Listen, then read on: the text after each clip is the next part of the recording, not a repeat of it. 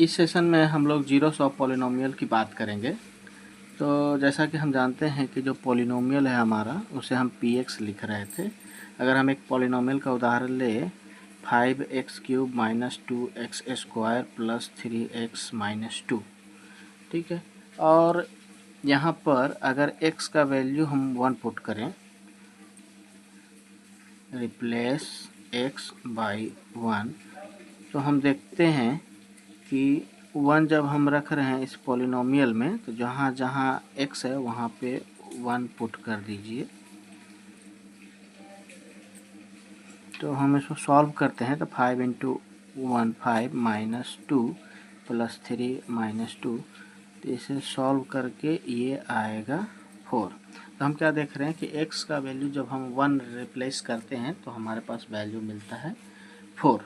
उसी प्रकार अगर हम x के वैल्यू में 0 पुट करें तो क्या मिलता है, देखते हैं पुट करके।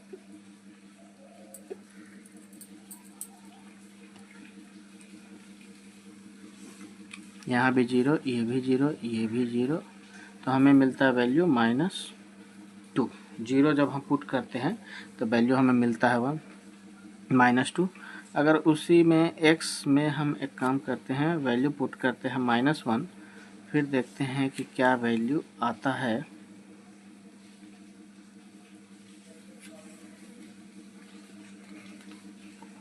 तो -1 का जो क्यूब होगा वो वैल्यू निकल के आएगा -1 इंटू -1 इंटू -1, इसका जो वैल्यू निकल के आएगा -1, तो यहाँ हो जाएगा 5 इंटू -1 -2 इंटू -1 का होल स्क्वायर करें तो इसका वैल्यू निकल के आएगा +1। तो यहाँ पे वैल्यू रखते हैं +1, और यहाँ 3 इंटू -1 -3 हो जाएगा -2, तो इसका वैल्यू आएगा -5 -2 -3 -2, तो वैल्यू निकल के हमें मेरे पास आ रहा है -12। ठीक है। इस तरीके से हम देखते हैं कि कुछ वैल्यू हम रख रहे हैं पॉलिनोमियल में, जैसे कि x का वैल्यू पहले 1 रख रहे हैं तो वैल्यू मिल रहा है 4, फिर x का वैल्यू 0 रख रहे हैं तो वैल्यू मिल रहा है -2, x का वैल्यू -1 पुट कर रहे हैं तो हमें वैल्यू मिल रहा है -12। ठीक है। क्या कुछ ऐसा वैल्यू हम x का रख सकते हैं पॉलिनोमियल का को सॉल्व करने पर हमें वैल्यू 0 मिल जाए? कुछ और पॉलिनोमियल का एग्जांपल देखते हैं जिसमें हम कुछ और वैल्यू रखेंगे। ठीक है। जैसे मान लीजिए कि पॉलिनोमियल को px से डिनोट कर रहे हैं, और पॉलिनोमियल अगर हमारा px 5x² minus 3x plus 7 है, और उसमें कह रहा है कि x का वैल्यू 1 रखिए और इसका वैल्यू निकालिए, तो हम क्या करते हैं कि पॉलिनोमियल में x का वैल्यू 1 रखना है तो जहाँ जहाँ x है वहाँ a1 से रिप्लेस कर देते हैं, तो क्या हो जाएगा 5 इंटू 1 5 माइनस 3 प्लस 7, तो 7 5 12 -3, तो ये हो जाएगा 12 -3, यानी कि वैल्यू निकल के आ रहा है 9। उसी तरीके से कुछ और उदाहरण हम लेते हैं, जैसे Q by is equal to 3/² minus 4 plus √11, और कहता है कि बाई का वैल्यू 2 रख लीजिए। तो इसे अगर हम सॉल्व करें, सॉल्व करने का मतलब है कि बाई का वैल्यू 2 दिया हुआ है, तो जहाँ जहाँ बाई है वहाँ पर 2 से रिप्लेस कर देते हैं, तो ये हो जाएगा। तो 3 इंटू 2² का वैल्यू जो है वो 4 माइनस 4 इंटू 2 यानी कि 8 प्लस 11 है ना, तो 12 माइनस 8 प्लस √11, तो हो जाएगा 4 प्लस √11। तो इस तरीके से हम देखें कि कुछ एक मतलब पॉलिनोमियल है, इसमें x का वैल्यू कुछ रखा जा रहा है। ठीक है। कुछ वैल्यू रखने के बाद कुछ वैल्यू, मतलब अभी तक हम जो भी वैल्यू रख रहे हैं पॉलिनोमियल में, तो अभी तक हमें 0 नहीं मिला है। अब हम आगे कंसिडर करते हैं कि जैसे मान लीजिए polynomial px is equal to x minus 1, मैंने सपोज किया कि px is equal to x minus 1। ठीक है। तो यहाँ पे हम क्या करते हैं कि x का वैल्यू 1 रख करके देखते हैं, तो जब हम 1 रख करके देख रहे हैं तो वैल्यू हमें मिल रहा है 0। तो कहता है कुछ x का ऐसा वैल्यू जिसके लिए पॉलिनोमियल को सॉल्व करने पर अगर 0 मिले तो उसे हम जीरोस ऑफ पॉलिनोमियल कहते हैं। मतलब पॉलिनोमियल का वैल्यू x के जिस वैल्यू के लिए 0 हो जाए उसे हम पॉलिनोमियल का जीरोस कहते हैं। तो यहाँ पे ये जो x माइनस 1 है, ये x का वैल्यू जो 1 है वो पॉलिनोमियल x माइनस 1 के लिए जीरोस होगा। अब हम एक काम करते हैं, एक और पॉलिनोमियल लेते हैं qx is equal to x minus 2, और इसमें हम क्या करते हैं, x का वैल्यू 2 रखते हैं। तो जब x का वैल्यू 2 रखते हैं तो हमें क्या मिलता है, 0। तो क्या होगा, x का वैल्यू 2 यानी कि जो 2 होगा वो x माइनस 2 के लिए एक 0 होगा। तो इस केस में जब x का वैल्यू 1 रख रहे थे तो पॉलिनोमियल का वैल्यू 0 हो गया। तो हम उसको इस तरीके से लिख सकते हैं कि P1 इज इक्वल टू 0, क्योंकि मतलब पॉलिनोमियल में x का वैल्यू 1 रखने पर अगर 0 आता है तो 1 जो है वो हमारा पॉलिनोमियल x माइनस 1 का 0 होगा। सेम केस में जब QX का वैल्यू QX जो पॉलिनोमियल है जिसका अलजेब्राइक एक्सप्रेशन x माइनस 2 है, अगर उसमें हम x का वैल्यू 2 रख रहे हैं यानी कि Q2 का वैल्यू जो है वो 0 आ रहा है, तो जब Q2 का वैल्यू 0 है तो 2 जो है वो हमारा पॉलिनोमियल x माइनस 2 के लिए एक 0 होगा। यानी एक पॉलिनोमियल का जो जीरोस होता है उसी को हम पॉलिनोमियल का रूट भी कहते हैं। जब हम रूट निकालते हैं तो लिखते हैं पॉलिनोमियल इक्वेशन को px इज इक्वल टू 0, मतलब पॉलिनोमियल को हम जब 0 के बराबर रख देते हैं उसके बाद जो x का वैल्यू निकल के आता है या जो भी वेरिएबल है उसका वैल्यू निकल के आता है वो हमारा रूट होता है। तो जब हम रूट निकालते हैं तो लिखते हैं polynomial px is equal to 0। ठीक है, जैसे सपोज करिए कि मेरे पास एक पॉलिनोमियल x माइनस 1 है ना, और इसका हमें रूट निकालना है। तो हम क्या करेंगे कि इसका वैल्यू 0 कर देंगे। 0 करने के बाद जो वेरिएबल x है उसका वैल्यू 1 आया तो ये हमारा एक रूट होगा। तो हम लिखते हैं root of the polynomial equation. Polynomial equation क्या है, x माइनस 1, इसे हम 0 के इक्वल टू रखेंगे, है ना। तो इससे अगर हम जनरलाइज टर्म में हम देखें तो अगर polynomial px is equal to 0 है और जो हमारा जनरलाइज पॉलिनोमियल है linear polynomial ax plus b है, तो उसको अगर हम 0 रख दें जहाँ पे a का वैल्यू जो है 0 के इक्वल टू नहीं है, तो इसे हम सॉल्व कर रहे हैं तो x का वैल्यू जो निकल के आएगा माइनस b अपॉन a, है ना। तो जो x का वैल्यू निकल के आया माइनस b अपॉन a, ये हमारा क्या होगा, only 0 of px, polynomial px। यानी कि चूँकि हमारा जो polynomial equation x plus b है तो x का जो पावर है हाईएस्ट पावर वो 1 है, यानी कि 1 है। तो इसे हम लीनियर पॉलिनोमियल कहेंगे। तो जब लीनियर पॉलिनोमियल को हम सॉल्व करते हैं तो उसका जो रूट आता है या 0 आता है वो केवल 1 मिलता है। मतलब सिंपल कहें तो जो लीनियर पॉलिनोमियल है उसका केवल और केवल एक 0 या केवल एक रूट होता है। ठीक है, अब हम कुछ अगर उदाहरण के कुछ एग्जाम्पल ले लें, है ना। जैसे एक्स स्क्वायर माइनस 2x ये हमारा पॉलिनोमियल है, इसे हम मान लेते हैं let px is equal to x square minus 2x। यहाँ पे हम x का वैल्यू अगर हम 2 पुट करें, मान लें let x is equal to 2 और वैल्यू पुट करें तो क्या मिलता है, यहाँ पे वैल्यू मिल रहा है 0। मतलब x का वैल्यू हम 2 पुट कर रहे हैं तो हमें मिल रहा है P2 का पॉलिनोमियल का वैल्यू 0 मिल जा रहा है, यानी 2 जो है वो एक 0 होगा। ठीक है, और हम एक काम करते हैं, x का वैल्यू अगेन हम 0 मान लेते हैं और उसे भी हम यहाँ इस पॉलिनोमियल में पुट करते हैं तो इसका वैल्यू 0 निकल के आता है। तो हम क्या देख रहे हैं कि x के वैल्यू 0 के लिए भी इस पॉलिनोमियल का वैल्यू 0 है, यानी कि यहाँ से एक चीज़ निकलता है जैसे ऊपर आप एनालाइज किए होंगे तो 2 एंड 0 दोनों जो है वो क्या हो गया, जीरोस हो गया। किसके लिए, पॉलिनोमियल के लिए। पॉलिनोमियल हमारा क्या था, पॉलिनोमियल हमारा है एक्स स्क्वायर माइनस 2x। ठीक है, तो हम क्या देख रहे हैं कि इस पॉलिनोमियल को अगर हम थोड़ा सा ध्यान से देखें तो इसका हाईएस्ट पावर 2 है।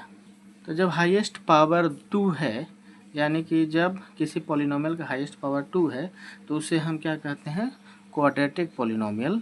और क्वाड्रेटिक पॉलिनोमियल के लिए हमें 2 जीरोस मिले हैं, जबकि ऊपर अगर हमें याद हो तो हमें लीनियर पॉलिनोमियल था। लीनियर पॉलिनोमियल का मतलब एक्स का जो भी वेरिएबल है उसका हाईएस्ट पावर 1 है, तो उसका केवल 1 जीरो मिला है। तो यहाँ पे हम निष्कर्ष निकाल सकते हैं कि अगर पॉलिनोमियल लीनियर है, यानी कि उसका जो डिग्री हायर डिग्री 1 है, तो हमें केवल एक रूट या जीरोस मिलता है।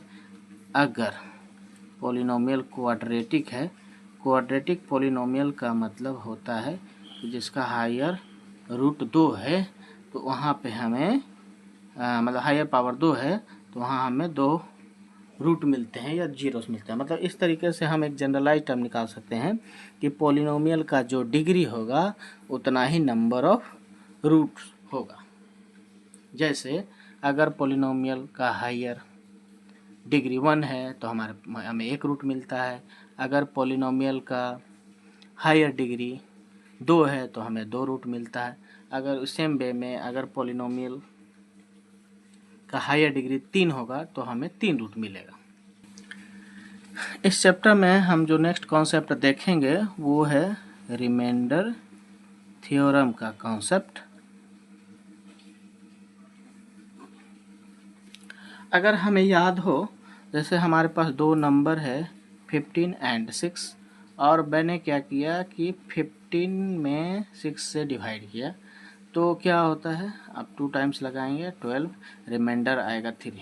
तो ये पार्ट हमारा रिमाइंडर कहलाता है, ये पार्ट हमारा कोसेंट कहलाता है, इस पार्ट को हम डिवाइजर कहते हैं, इस पार्ट को हम डिवाइडेंड कहते हैं। तो जब 15 में 6 से डिवाइड कर दिया जाए तो हमें क्या मिलता है, हमें मिलता है 6 इंटू 2 प्लस 3, यानी कि 6 को 2 से मल्टीप्लाई कर दिया 3। तो ये जो हमारा एक जनरलाइज कॉन्सेप्ट होता है, dividend is equal to divisor into quotient plus remainder. ठीक है, ओके। अच्छा, हम कुछ और कंसिडर करते हैं कि 12 एंड 6 है हमारे पास, यानी कि 6 से 12 में डिवाइड किया जाए 2 टाइम्स तो हमें रिमाइंडर 0 मिलता है। यानी कि 12 को हम क्या लिख सकते हैं, 6 इंटू 2 प्लस 0। यहाँ पे क्या हो गया, यहाँ पे रिमाइंडर 0 हो गया। तो इसको कहते हैं कि अच्छा ठीक है, 2 टाइम्स से पूरा भाग लग गया।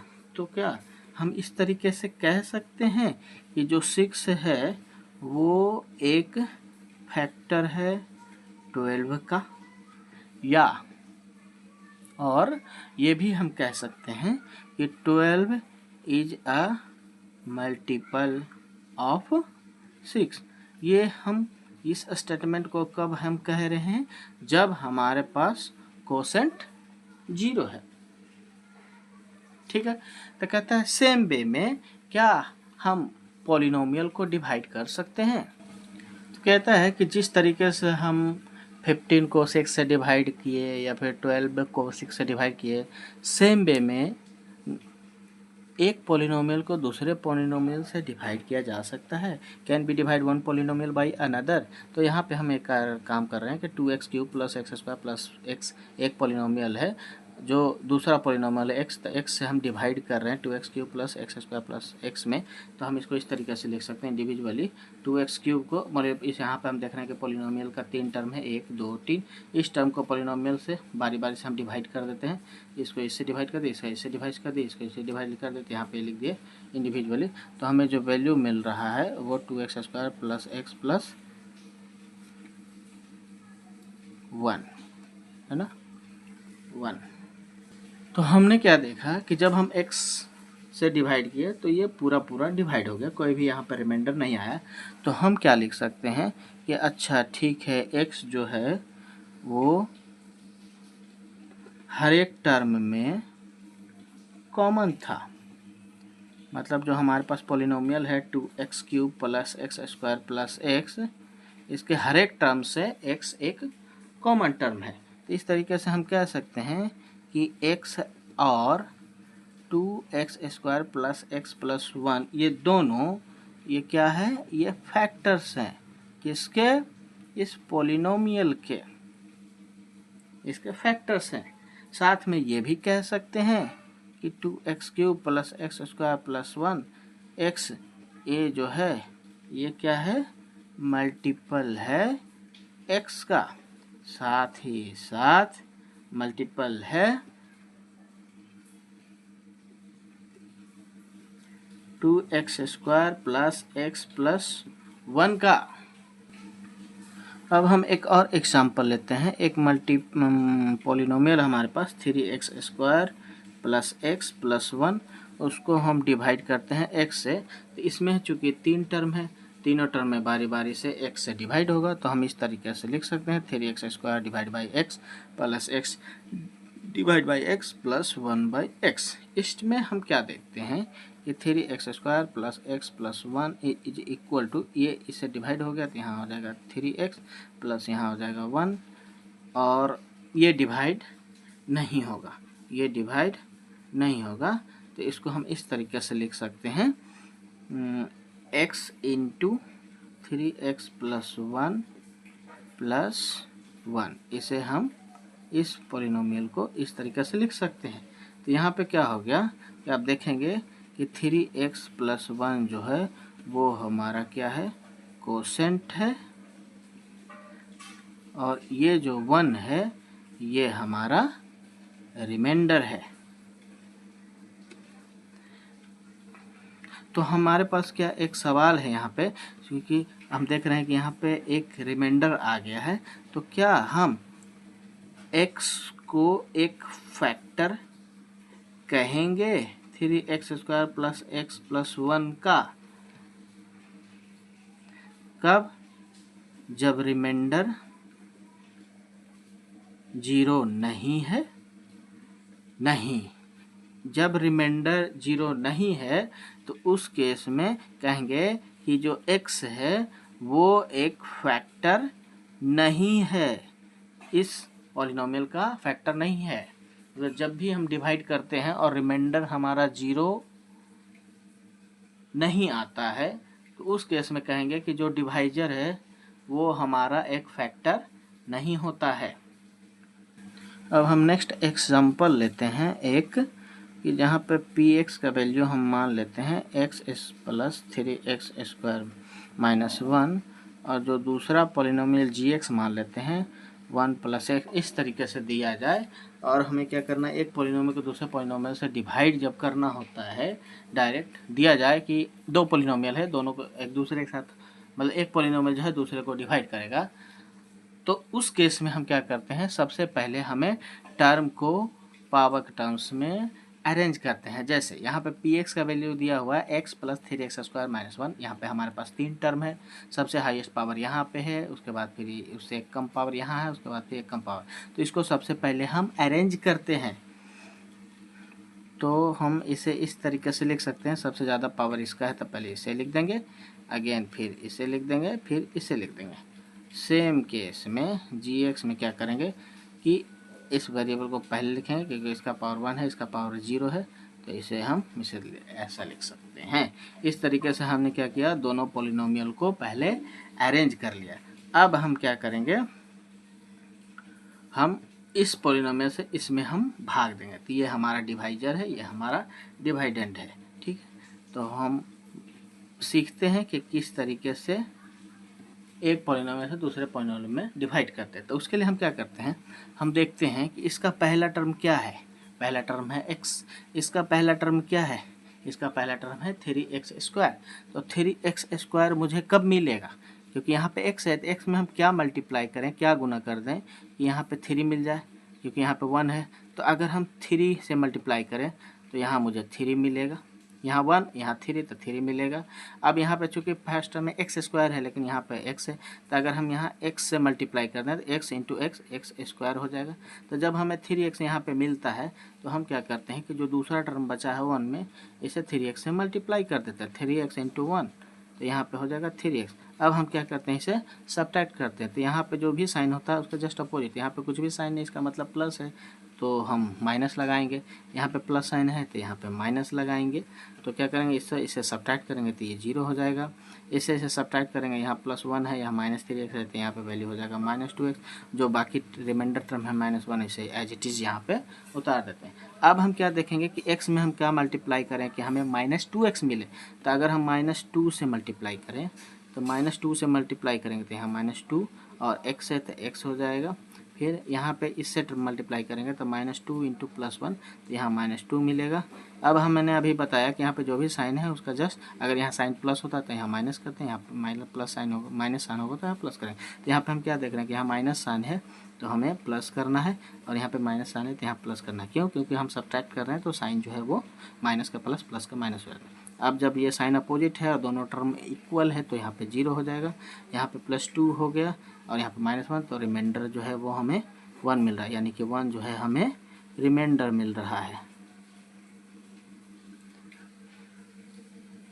तो इसे अगर हम लिखें तो क्या होता है, डिवाइडेंड, ये हमारा डिवाइडेंड है। तो लिख सकते हैं 3x² + x - 1 is equal to, this is हमारा डिवाइजर। तो डिवाइजर है x + 1, कोसेंट हमारा आया है 3x - 2, उसके बाद फिर जो रिमाइंडर है वो +1 आया। इस तरीके से जनरलाइज फॉर्म में हम लिख सकते हैं। क्योंकि हमें अगर याद हो तो जो जनरलाइज टर्म है वो होता है डिवाइडेड is equal to divisor into quotient plus remainder. इस फॉर्म में हमें लिखना होता है जब हम दो नंबर या फिर दो पॉलिनोमियल को डिवाइड करते हैं।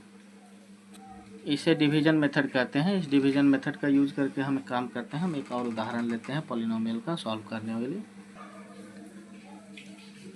हम एक और उदाहरण देखते हैं जिसमें px का वैल्यू रख रहे हैं 3x4 - 4x³ - 3x - 1, और जो दूसरा पॉलिनोमियल है gx x - 1। तो हम क्या करते हैं कि x - 1 से डिवाइड करते हैं 3x4 4x³ - 3x - 1 में।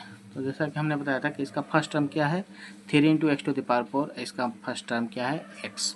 एक्स में हम क्या मल्टीप्लाई करें कि इसमें क्या मल्टीप्लाई करें कि 3 हो जाए। तो अगर हम 3 से मल्टीप्लाई करेंगे तो 1 × 3 3 हो गया। उसके बाद फिर x4 करने के लिए हमें x³ से मल्टीप्लाई करना पड़ेगा। x³ को x से मल्टीप्लाई करेंगे तो हमें मिलेगा x⁴। ठीक है। फिर रिमाइंडर बाकी क्या बच गया, सेकेंड टर्म जो है -1 है तो -1 में 3x³ से मल्टीप्लाई कर देते हैं तो हो जाएगा -3x³। अब हम क्या करते हैं, यहाँ पर साइन चूँकि पॉजिटिव है तो यहाँ नेगेटिव करेंगे सब्ट्रैक्ट करने के टर्म में। यहाँ माइनस है तो यहाँ प्लस करेंगे। ठीक है। ये जो है दोनों सेम टर्म है तो एक प्लस एक माइनस 0 हो गया। और यहाँ पे क्या हो जाएगा, यहाँ पर अगर सब्ट्रैक्ट करें तो यहाँ बचेगा -x³। बाकी का जो बचा हुआ टर्म है एज इट इज़ हम यहाँ पे उतार देते हैं। अब कहता है -x³ चाहिए। यहाँ पे क्या है, x है, यानी कि यहाँ -x² से अगर हम मल्टीप्लाई करें इसमें तो हमें क्या मिलेगा, -x³। -x² को -1 से मल्टीप्लाई करेंगे तो हमें मिलेगा +x²। अब यहाँ पर जो साइन है उसको हम चूँकि सब्ट्रैक्ट करना है तो माइनस का प्लस, प्लस का माइनस कर देते हैं। ये दोनों टर्म सेम है तो कैंसिल आउट हो गया। यहाँ पे क्या बचा, यहाँ बचा -x², ऊपर में -3x है, मतलब इस टर्म का x² वाला टर्म कोई नहीं है तो ना प्लस होगा ना ऐड होगा, तो एज इट इज़ यहाँ पे उतर जाएगा। तो -3x - 1। ओके। अब हमें क्या लाना है, यहाँ पे -x² लाना है। यहाँ पे x है तो हम -x से अगर मल्टीप्लाई कर दें इसमें तो हमें मिलेगा -x², या -x से -1 के साथ मल्टीप्लाई करेंगे तो हमें मिलेगा +1। अब यहाँ पे चूँकि सब्ट्रैक्ट करना है तो माइनस साइन है तो यहाँ प्लस साइन है तो माइनस, ये सेम टर्म है तो कैंसिल आउट हो जाएगा। यहाँ पे देखिए -3x से -x यानी कि -4x, और यहाँ पे -1। हम इसमें क्या मल्टीप्लाई करें कि -4x से आ जाएगा। अगर हम -4 से मल्टीप्लाई करते हैं x और -4 तो यहाँ मिलेगा -4x। यहाँ पे है -1, यहाँ पे है -4, तो -4 और -1 मल्टीप्लाई करेंगे तो +4 होगा। यहाँ साइन चेंज सेम टर्म तो कट जाएगा, यहाँ पे -4 है -1, तो यहाँ पे रिमाइंडर जो आएगा वो हमारा -5 होगा।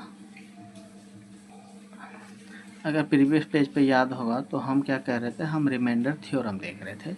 रिमाइंडर थ्योरम का मतलब ऐसा थ्योरम कि हम दो पॉलिनोमियल को आपस में डिवाइड करें तो हमें रिमाइंडर मिल जाए। लेकिन इस तरीके से जब हम डिवाइड करते हैं लॉन्ग डिवीजन मेथड का, तो इसमें बहुत ज़्यादा टाइम लगता है। यानी कि x-1 है, उसे हम क्या करें, जो डिवाइजर है उसे हम 0 के इक्वल कर दें। 0 के इक्वल करेंगे तो हमें x का वैल्यू क्या निकल के आएगा, x का वैल्यू निकल के आएगा 1। अब इस x के वैल्यू 1 को अगर हम px में रख दें, यानी कि जो हमारा डिवाइडेंड है उसमें हम अगर इस वैल्यू को रख दें, x के वैल्यू 1 को हम रख दें तो क्या होगा, तो हम सॉल्व करते हैं। x का वैल्यू 1 रख रहे हैं, 1 टू द पावर 4 1 होगा, 1 को 3 से 1 टू द पावर क्यू, तो ये मिलेगा हमें 1, 3 इंटू 1 -1, 3 इंटू 1 3, -4 -3 -1, तो ये कैंसिल आउट, ये मुझे मिलेगा -5।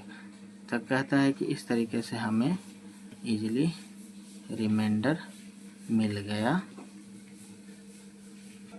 नेक्स्ट हम देखेंगे फैक्टर थ्योरम। फैक्टर थ्योरम का मतलब होता है कि एक पॉलिनोमियल दिया हुआ है, उसे फैक्टर के टर्म में ब्रेक किया जाए। तो हम कैसे करते हैं, अब ये जो पॉलिनोमियल है आप देखेंगे कि क्वाड्रेटिक पॉलिनोमियल है, क्योंकि x का जो हाईएस्ट पावर है 2। तो हम पिछले पेज पर देख रहे थे कि जब पॉलिनोमियल क्वाड्रेटिक पॉलिनोमियल है, यानी कि x का हाईएस्ट पावर 2 है, तो इसका 2 जीरोस होगा या 2 रूट होगा। यानी कि 2 रूट होने का मतलब है कि 2 फैक्टर हमें निकल के आएगा। तो हम कैसे करते हैं, ठीक है। तो कहता है कि जो x स्क्वायर का कोफिशिएंट है 6 और जो x टू द पावर 0 का जो कोफिशिएंट है 5, कहता है दोनों को मल्टीप्लाई कर दीजिए। जो वैल्यू निकल के आएगा उसे हम फैक्टर में तोड़ेंगे। जैसे 30 है, 30 को हम क्या लिख सकते हैं, 1 इंटू 30, तो 30 मिलेगा, या फिर 2 इंटू 15, या फिर 5 इंटू 6।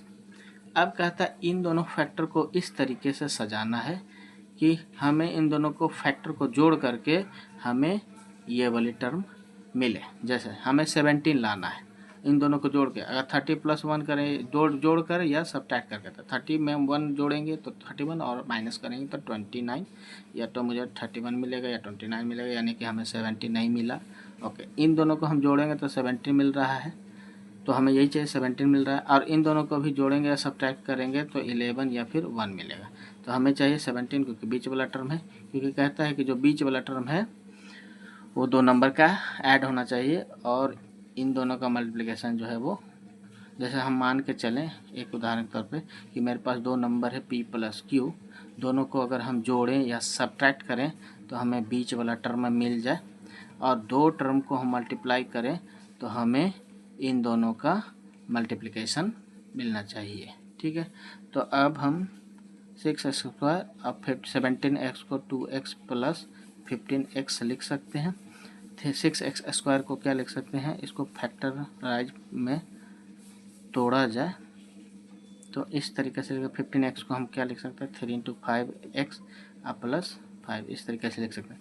अब इन दोनों टर्म में क्या कॉमन है, 2 कॉमन है, 2 कॉमन है, x कॉमन है, x कॉमन है, तो हम 2x कॉमन ले लेते हैं।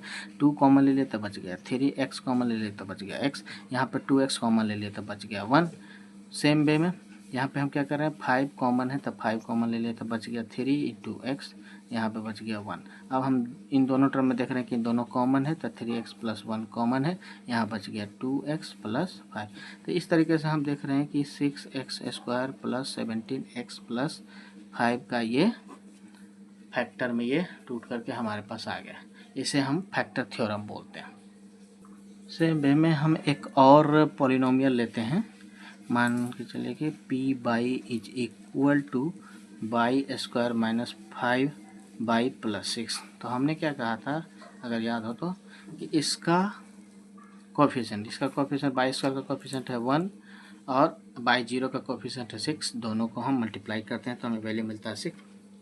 6 को इस तरीके से फैक्टर के तौर में तोड़ना है कि दो वैल्यू के तौर पे तोड़ना है, उन दो वैल्यू को जोड़ने या घटाने के बाद हमें 5 मिले।